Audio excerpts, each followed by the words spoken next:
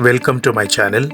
Here I share my learnings and views on Agile, innovation, technology, and leadership in general.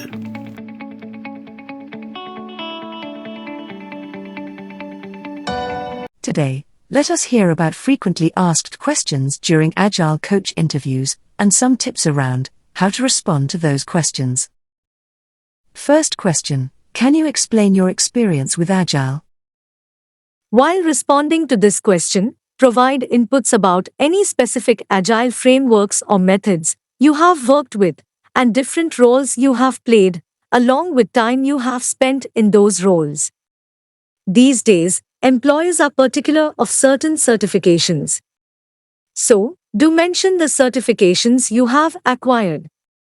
More importantly, do not forget to share the outcome you have helped achieve, or the results you have achieved, or helped teams achieve. For example, you could respond like this: I have been working with Agile for the past 5 years, and I have experience with Scrum and Kanban. In my previous role, I was responsible for implementing Scrum for a software product development team, and we were able to increase our delivery rate by 30% within the first 9 months. I am also certified Scrum Master, and I am always up to date with the latest in the world of Agile through meetups, communities of practices, attending workshops and reading books as well as articles. Question 2. How do you approach coaching and mentoring teams in an Agile environment? In response to this question, emphasize your ability to guide and mentor teams, as well as your experience with coaching techniques. For example, you could respond like this: I believe that coaching and mentoring should be tailored to the specific needs of the team. My approach is to start by understanding the team's current level of Agile maturity, and then work with them to identify areas for improvement. I use techniques such as active listening, reflective questioning, and feedback to help team members build on their strengths and address areas for improvement. I also ensure that team members are given the opportunity to take ownership of their own learning and development. You can then give some scenarios of actual assignment where you did either of these. Question 3. Can you give an example of a difficult situation you faced as an Agile coach and how you handled it? While responding to this question, you should share 1 or 2 specific challenges from your past assignments, the steps you took to address those, and the outcomes that you achieved. Sample answer could be like this: sure. There are many such situations that I have faced. Let me share one such example with you. When I was working with a team that was struggling with lack of communication and trust among team members, I began by facilitating team-building activities and regular retrospectives to encourage open and honest communication. I also worked with individual team members to address specific issues and help them to understand the impact of their behavior on the team. As a result, we were able to establish a more collaborative and effective team environment. Should an Agile coach be advocating only one framework?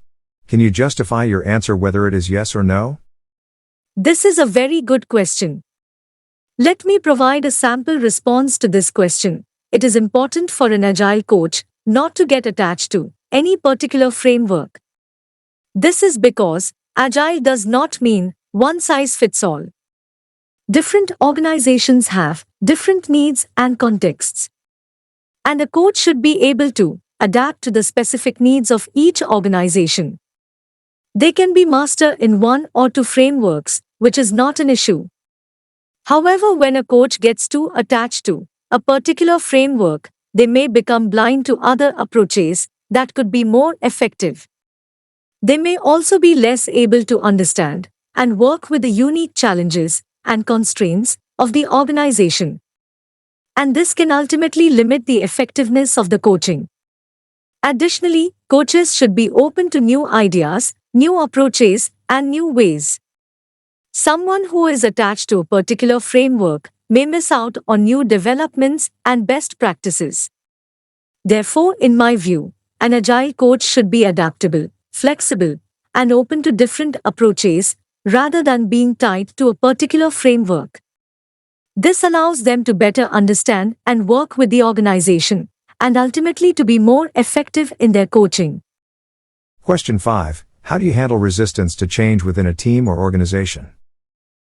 Here, discuss strategies you have used to overcome resistance to change and how you help team members understand the benefits of agile practices. And a sample answer could be like this: I handle resistance to change by first understanding the root cause of the resistance and addressing it directly. I also make sure to involve team members in the change process and clearly communicate the benefits of the change. I also work to build buy-in and support from key stakeholders within the organization to help overcome resistance. Question 6. How do you handle conflicts or issues that arise within an agile team? In response to this question, you could discuss the strategies you use to identify, address, and resolve conflicts within an agile team and any approaches that you adopt, such as through facilitation or by promoting effective communication. Sample answer: I believe in addressing conflicts or issues head-on and as soon as possible. To handle them, I firstly listen to all the parties involved, understand their perspectives, and then facilitate a discussion to find a resolution that works for everyone. I also encourage effective communication and collaboration among team members to prevent conflicts from arising in the first place. Question 7. As Agile Coach, what skills do you think are important? You could mention the skills from your perspective and also give reference to how you have demonstrated these skills in your past assignments. Some of the skills that you may like to mention would be strong communication and interpersonal skills, facilitation and mentoring abilities, knowledge of agile values, principles, frameworks, and practices, ability to understand and address resistance to change, strong problem-solving skills, understanding of how to measure and improve team performance. Question 8. How do you educate and train team members on agile principles and practices? Your response could include sharing the ways you have educated and trained team members on agile principles and practices, such as through workshops or by creating training materials and more. And here is a sample answer for you. I believe in an experiential approach to learning and use a variety of methods to educate and train team members on agile principles and practices. I conduct workshops and training sessions, create training materials, and also make sure to involve team members in the implementation process. I also encourage them to continuously educate themselves by reading relevant literature and participating in online communities. Hope you found these questions and answers useful. If you have any specific questions and are looking for guidance on how to respond to those, you could type those in the comments section. We will try and provide our guidance to you. Thank you, and take care. If you have not yet subscribed to this channel, please hit that subscribe button now. And share your views and suggestions so that we can do a better job next time. Thank you.